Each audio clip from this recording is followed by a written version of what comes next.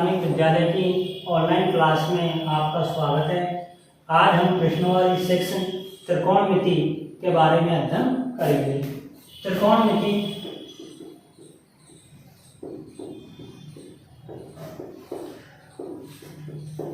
त्रिकोणमिति को हम इंग्लिश में लिखते हैं त्रिकोणोमेट्री।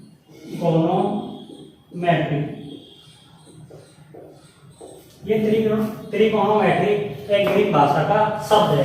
यहाँ पर ट्री का मतलब होता है तीर और गॉन का मतलब होता है भुजा और मैट्री का मतलब होता है माप। यानी कि त्रिकोणमिति क्या है? तीन भुजा की माप। सामान्य अर्थ में हम त्रिकोणमिति का मतलब हम समझ सकते हैं कि तीन भुजा की माप क्या कहलाती है? त्रिकोणमिति कहलाती है। क्या कहलाती है? त्रिकोणमिति। यदि हम त्रिकोणमिति की परिभाषा की बात करें, ये तो इसका अर्थ हो गया। अब हम बात करते हैं त्रिकोणमिति की परिभाषा।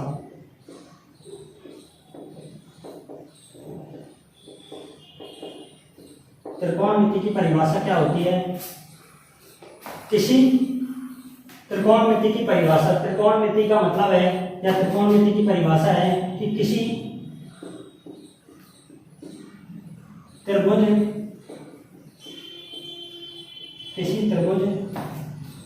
के तीनों कोण व तीनों भुजाओं, किसी त्रिभुज की तीनों कोण व तीनों भुजाओं के मध्य संबंध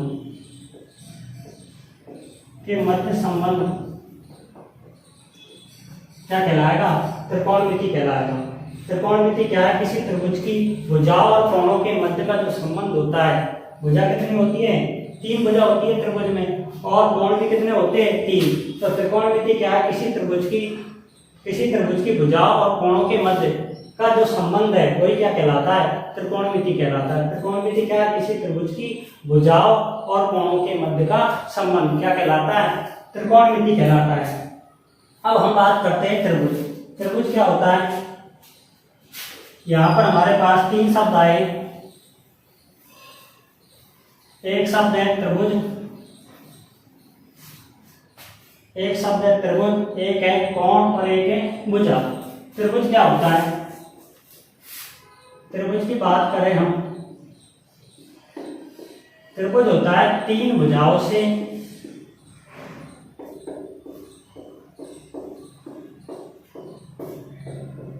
घिरीबंध आकृति।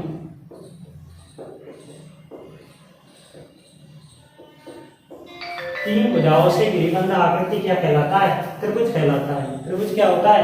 तीन भुजाओं से घिरीबंध आकृति क्या कहलाती है?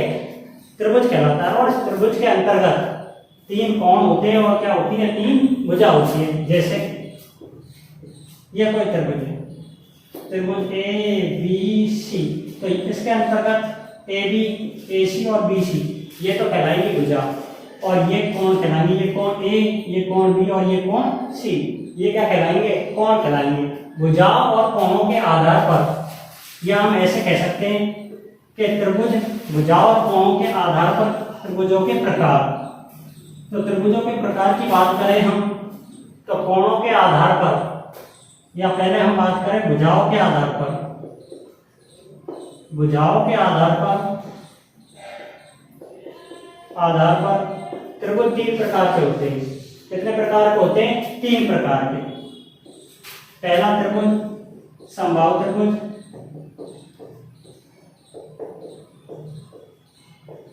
दूसरा त्रिभुज समद्विबाहु त्रिभुज,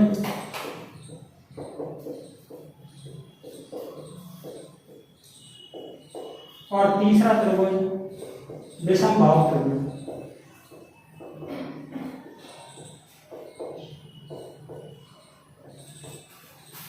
भुजाओं के आधार पर त्रिभुज कितने प्रकार के होते हैं? तीन प्रकार के। एक समबाहु त्रिभुज, एक समद्विबाहु त्रिभुज और एक विषमबाहु त्रिभुज। ये सारी बात हम क्लास 9th में पढ़ चुके हैं। हमने क्लास 9th में समबाहु त्रिभुज, समद्विबाहु त्रिभुज और विषमबाहु त्रिभुज इनका अध्ययन हम कर चुके हैं। फिर भी हम एक बार देख लेते हैं। समबाहु त्रिभुज क्या होता है? ऐसा त्रिभुज जिसकी प्रत्येक भुजा क्या हो? बराबर हो। उसे क्या कहेंगे? समबाहु त्रिभुज। जिसमें दो भुजा बराबर हो वो समद्विबाहु त्रिभुज, और जिसमें तीनों भुजाओं की माप क्या हो? अलग अलग हो, ऐसा त्रिभुज क्या कहलाता है? विषमबाहु त्रिभुज। अब हम बात करते हैं कोणों के आधार पर। कोणों के आधार पर भी त्रिभुज तीन प्रकार के होते हैं। पहला त्रिभुज न्यूनकोण त्रिभुज, दूसरा समकोण त्रिभुज, और तीसरा त्रिभुज अधिक कोण त्रिभुज। अधिक कोण त्रिभुज। कोणों के आधार पर त्रिभुज कितने प्रकार के होते हैं? तीन प्रकार के। पहला न्यूनकोण त्रिभुज, दूसरा समकोण त्रिभुज, और तीसरा अधिक कोण त्रिभुज। न्यूनकोण त्रिभुज क्या होता है? ऐसा त्रिभुज जिसमें प्रत्येक कोण 90 डिग्री से कम हो, ऐसा त्रिभुज क्या कहलाएगा? न्यूनकोण त्रिभुज कहलाएगा। और समकोण त्रिभुज ऐसा त्रिभुज जिसमें एक कोण कितने डिग्री का हो? 90 डिग्री का हो, ऐसा त्रिभुज क्या कहलाएगा? समकोण त्रिभुज कहलाएगा। और अधिक कोण त्रिभुज की बात करें तो अधिक कोण त्रिभुज ऐसा त्रिभुज होता है जिसमें एक कोण 90 से क्या होता है? अधिक होता है, उसे हम क्या कहेंगे? अधिक कोण त्रिभुज कहेंगे। ये सारी बातें, ये सभी बातों का अध्ययन हम क्लास 9 के अंतर्गत कर चुके हैं, इसलिए इनको हम संक्षेप में समझते हुए आगे बढ़ते हैं। आगे हम बात करेंगे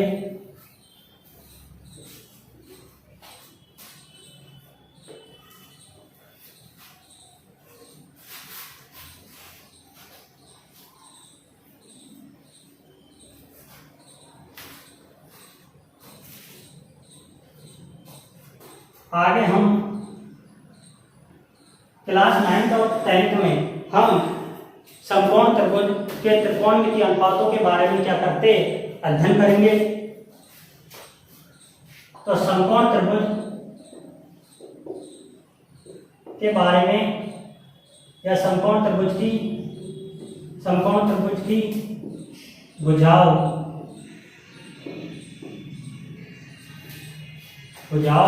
के नाम, समकोण त्रिभुज की भुजाओं के नाम के बारे में अध्ययन करते हैं। समकोण त्रिभुज, एक समकोण त्रिभुज बनाते हैं हम।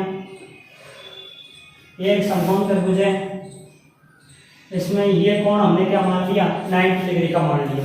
ये सिंबल किसका है? 90 डिग्री का। इसका सिंबल है 90 डिग्री का। इसको मैंने बी पॉइंट दे दिया, इसको ए दे दिया, और इसको क्या दे दिया? सी पॉइंट दे दिया। तो इसकी भुजाओं के नाम हम रखते हैं। ये क्या है? 90 डिग्री। ये क्या है? कोण भी क्या है? 90 डिग्री। तो इस 90 डिग्री के सामने एक भुजा कर्ण भुजा कहलाती है। क्या कहलाती है? कर्ण भुजा। और यहाँ पर कोण ए और कोण सी क्या है? न्यून कोण है। जैसे कोण है? न्यून कोण है। तो इन न्यून कोण को हम यदि व्यापक रूप में या जनरल फॉर्म में इन न्यून कोणों को हम क्या मान सकते हैं? थीटा मान सकते हैं। क्या मान सकते हैं? थीटा। या आप इनको न्यून कोण मानते हो, ये न्यून कोण है, कोण ए और कोण सी। यदि आप कोण ए लेते हो तो कोण ए लेते हो तो ए के सामने भुजा लंब कहलाती है, और शेष बची भुजा क्या कहलाती है? आधार भुजा कहलाती है। यदि आप कोण सी लेते हो तो इस कोण सी के सामने की भुजा क्या कहलाएगी? लंब कहलाएगी, और शेष बची भुजा क्या कहलाएगी? आधार भुजा कहलाएगी। यानी कि समकोण त्रिभुज में आधार और लंब भुजा आपस में क्या होती रहती है? चेंज होती रहती है। ये किसके ऊपर डिपेंड करता है? कोण के ऊपर डिपेंड करता है कि आप कोण कौन सा लेते हो। यदि हम इसको कोण लेते तो ये लंब कहलाती है, और यदि इसको कोण लेते तो ये भुजा क्या कहलाती है? लंब कहलाती है। हमने यहाँ पर कोण ए को क्या ले लिया? कोण मान लिया, तो ये क्या कहलाएगी? लंब कहलाएगी। ये क्या माना? हमने कोण माना, और इसको मैं व्यापक रूप में थीटा मान लेता हूँ। इस कोण को या तो ए मान लो या थीटा मान लो, बात एक ही है। तो इस थीटा के सामने भुजा क्या कहलाएगी? लंब कहलाएगी, और शेष बची भुजा क्या कहलाती है? समकोण त्रिभुज में आधार कहलाती है। और इस आधार भुजा को हम ऐसे भी कह सकते हैं, इस आधार भुजा को हम कह सकते हैं ए कोण ए के संलग्न भुजा। इस आधार भुजा को हम क्या कहते हैं? कोण ए के संलग्न भुजा, या यहाँ पर ए, कोण ए को हमने क्या माना? थीटा। तो हम इसको क्या बोल सकते हैं? कोण थीटा के संलग्न भुजा बोल सकते हैं। यदि कोण ए को हम क्या मान लें? थीटा मान लें। क्या सिंबल दे दें? कोण ए को थीटा दे दें। तो इस थीटा को, तो इसको हम क्या बोल सकते हैं? कोण थीटा के संलग्न भुजा। और ये लंब भुजा इसको हम क्या बोलेंगे, ये थीटा के सामने की भुजा है या कोण ए के सामने की भुजा, तो इसको हम क्या कहेंगे, कोण ए के सम्मुख भुजा। कोण ए के सम्मुख भुजा, या ए को हमने क्या माना, थीटा, तो इसको हम क्या कह सकते हैं, कोण थीटा के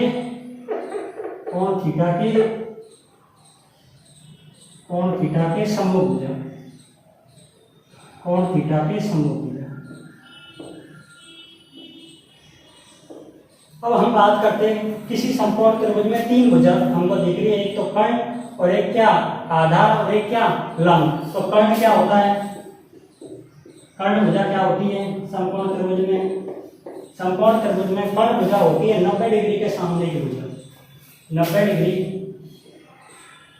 या समकोण के सामने की भुजा, सामने की भुजा क्या कहलाती है, कर्ण भुजा कहलाती है। नेक्स्ट बात करते हैं हम लंब भुजा। लंब भुजा क्या होती है, लंब भुजा होती है थीटा या कोण के सामने की भुजा। क्या कहलाती है, थीटा। थीटा क्या है, व्यापक रूप में जनरल कोण में हम इस कोण को, ये न्यून कोणों को हम क्या लिख सकते हैं, थीटा लिख सकते हैं। तो थीटा, या हम ऐसे बोल सकते हैं इसको, कोण ए न्यून कोण, न्यून कोण कौन से, कोण ए या कोण सी, ये दोनों कोण कैसे, न्यून कोण। और इनको हम क्या कह सकते हैं, कोण ए और कोण सी को हम क्या लिख रहे हैं, थीटा। क्या लिख रहे हैं इसको, थीटा।